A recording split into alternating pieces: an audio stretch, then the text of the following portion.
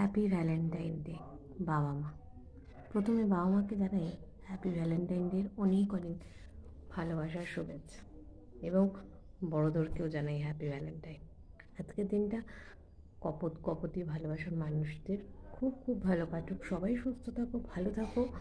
আজকে একদম short video নিয়ে আসলাম।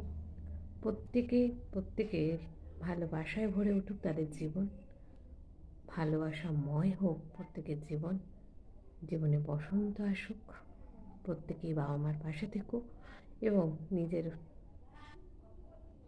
কাউকে যদি পার্টনার থাকে তাকেও ভালো রেখো।